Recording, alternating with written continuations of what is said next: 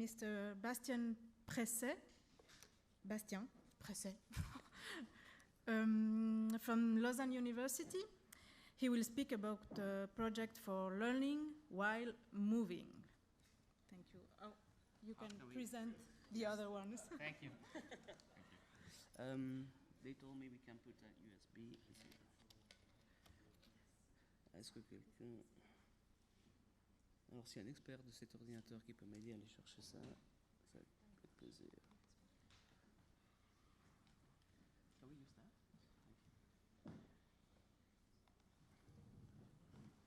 Merci, c'est ça. So while it is opening, thank you for the invitation. Good morning, everyone. My name is Martina Guzzardo and Bastien Presset and Kevin Rosianu.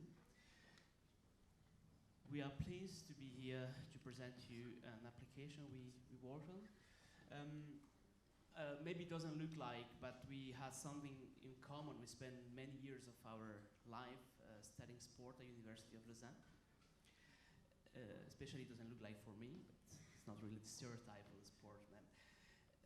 During our studies, we were actually all the time listening to information that were telling us there is today a big challenge with the sedentary lifestyle. And if you think about your lifestyle, we wake up in the morning and we go to breakfast, we sit down. Then we go out, we have public transportation and we sit down. Then we go for working, we sit down, or symposium and we sit down, and so on and so on. And if we think what's going on, actually we spend maybe 10 hours per day sitting, or 12 hours per day, and the rest of the time we just move and a little bit. Some of us, they even make sport, and apparently there is some studies that show that the fact that we do some sport doesn't change the fact that we're spending so much time sitting. And we were actually with these big two information telling us, wow, there is a public health problem. So we're living with this, what we are, with our talk, we are leaving the magic word of surgery for something else. And we were listening, okay, we have a problem with sitting, but at the same time, we're spending a lot of time sitting. Hi everybody. As Martino says, when we were to university, we were spending a lot of time sitting. But funny fact, it was pretty an uncomfortable position for us, because our teacher was telling us all the time that to be too much sitting wasn't a good habit. We also learned that movement is really good for health condition and for mental well-being. And we also learned that it exists a growing literature about the interaction between learning and physical activity. We learned that moving improves cognitive functions and memory, and that walking improves creativity. So, now, just imagine. You wake up, you go to university, you have a teaching. And your teacher says, okay, let's go outside. So you go outside, and you have to download an app on your phone. And the app tells you to go to that GPS point, just right here, and to the next one, just right here, and this one far away near the tree, right here. And you go there, and the app proposes you to answer to some questions, to a quiz, or to listen to some audio information, to read a text about some information about the formation you're following or the teaching. I say teaching for us because we were at university, but it could also be a formation in a company, whatever. And you are doing all of this in movement because you are walking and learning something. You are making like just a big walk in nature, accompanied by maybe your friends, your colleagues, or your pupils. And the fact is that after that all learning you got, you walked an hour.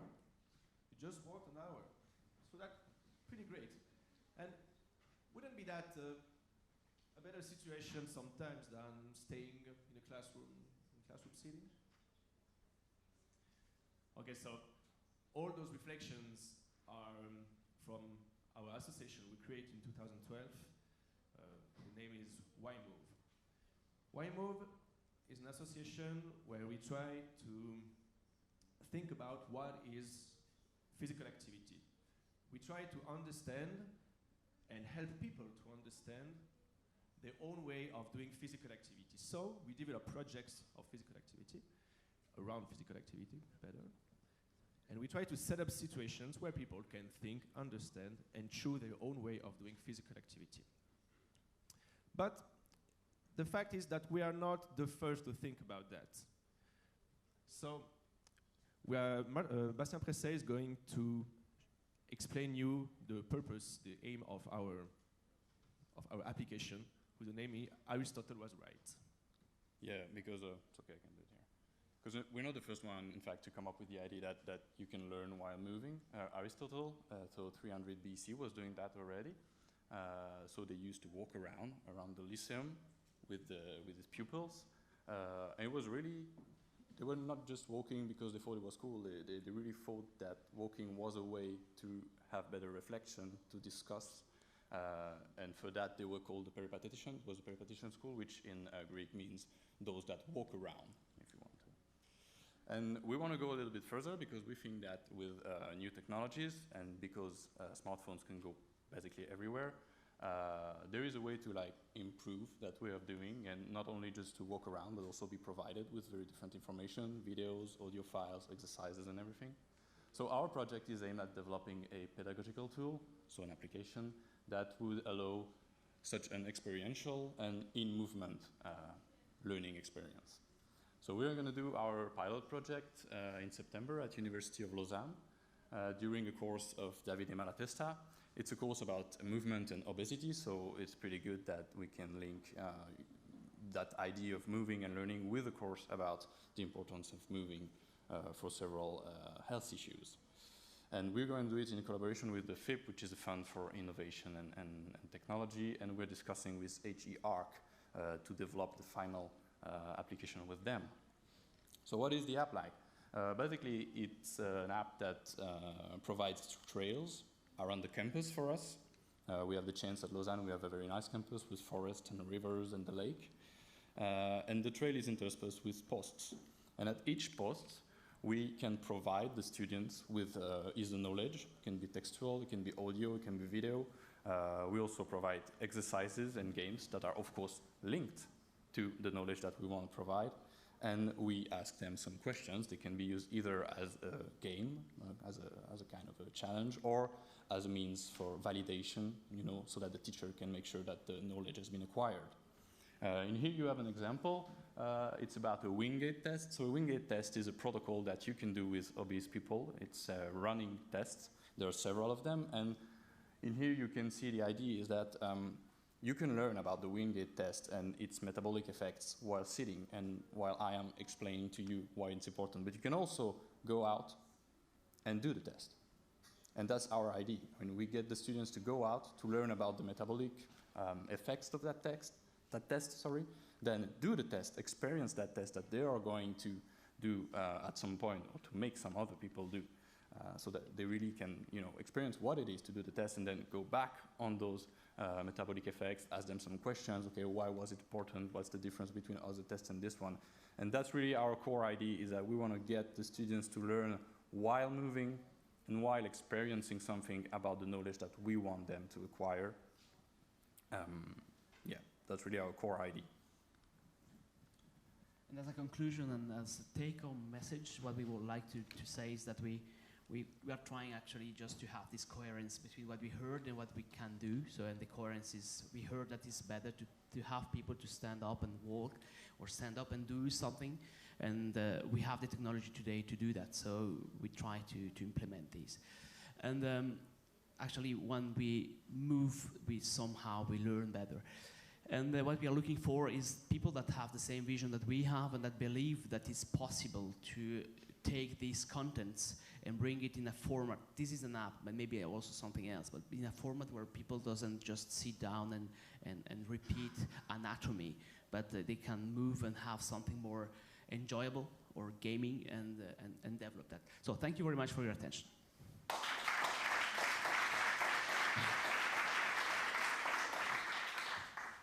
Thank you very much. Are there questions? Yes?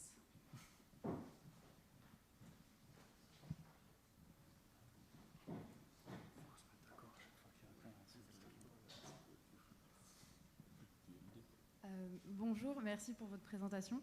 Je vais me permettre de vous poser la question en français. En fait, moi, il y a deux aspects où je me questionne par rapport à votre projet. C'est premièrement, bêtement, la batterie, le temps de batterie d'un appareil qui sont extrêmement utilisés aujourd'hui et qui se vident extrêmement vite. Du coup, quelle serait la solution pour des heures de cours qui sont du coup synthétisées et qui doivent être pour lesquels on devrait avoir tout le temps de la batterie, voilà. Alors du coup, est-ce que je réponds en français ou en anglais? En anglais, ça tout ce comme vous voulez. So yeah, that's the question about battery. So the way we design our application so far, the trails that we provide are like between 30 and 40 minutes, and they don't. I mean, it's basically text, quiz, and GPS. So that doesn't take a lot of battery. And so far it's not a problem, but of course I guess that's something that we need to think about if we really want to, and also the idea is not to like have the students do all the courses this way. The way we think of it is really they have the usual courses and then at some points during the semester they have that kind of intervention on a specific topic. But of course that's a question, and I remember when there was a Pokemon Go thing around, everybody was moving around with the batteries because it used a lot, so I guess that's a question that needs to be raised, yeah, when we consider that kind of medium.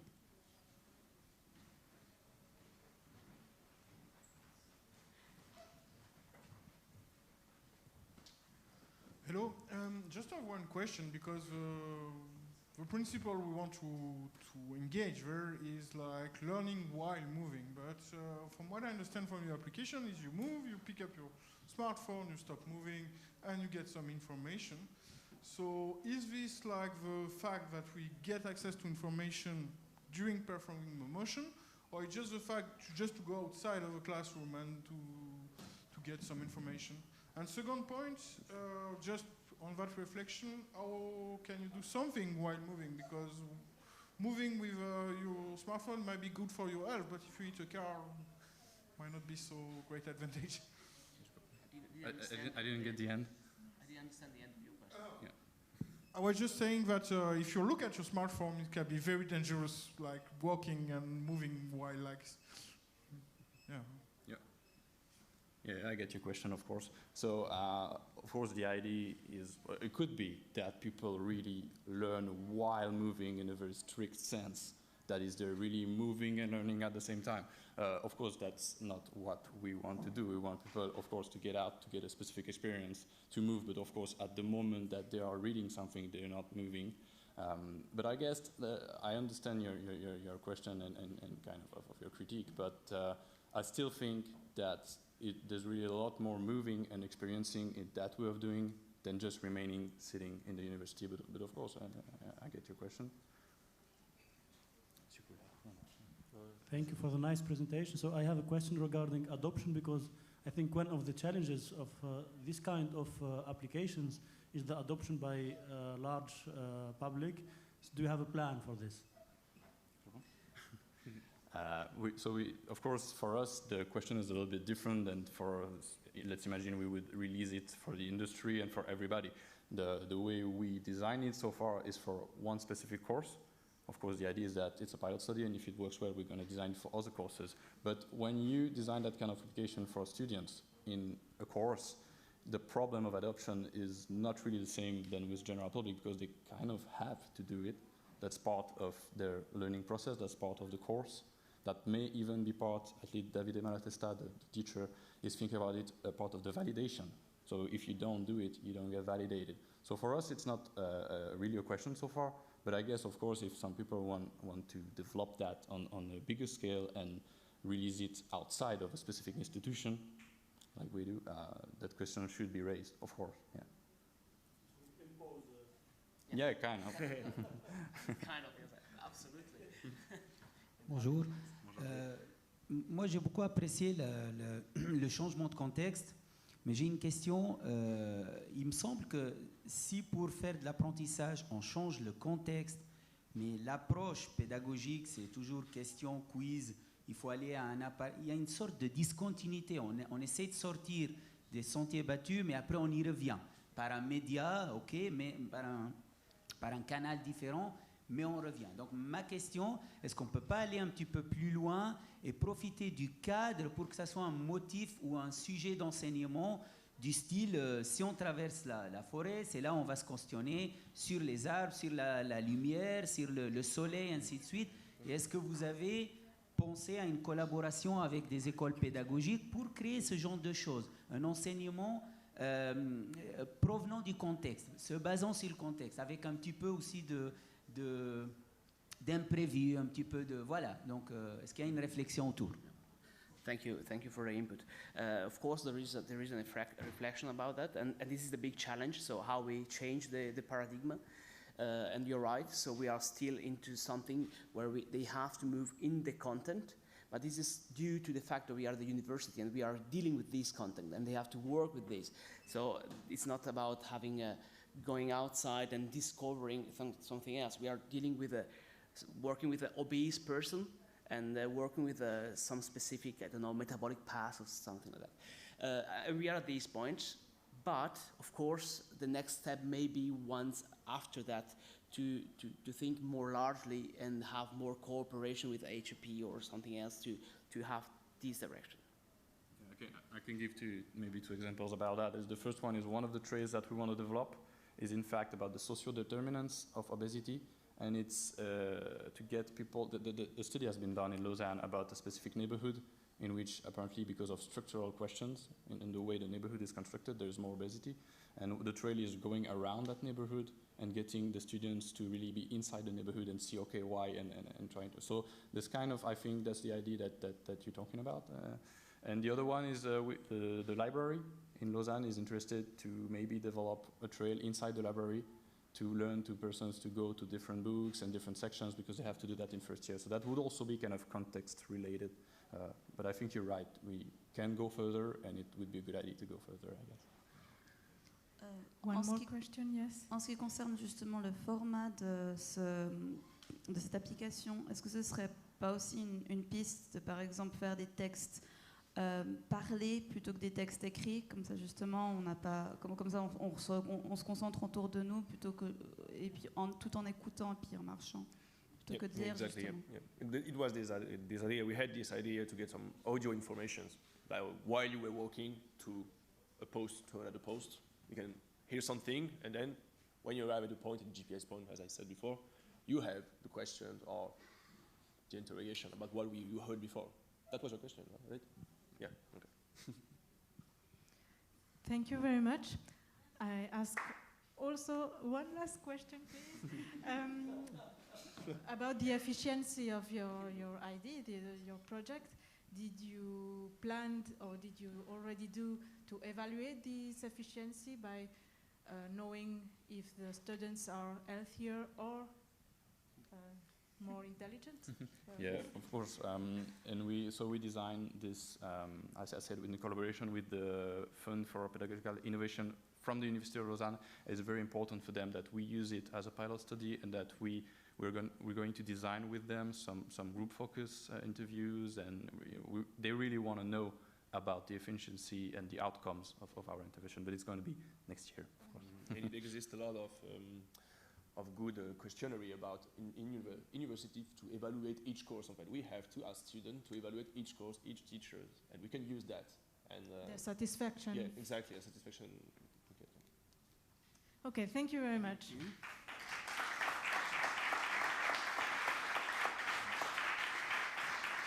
Je crois que je vais le sortir comme ça.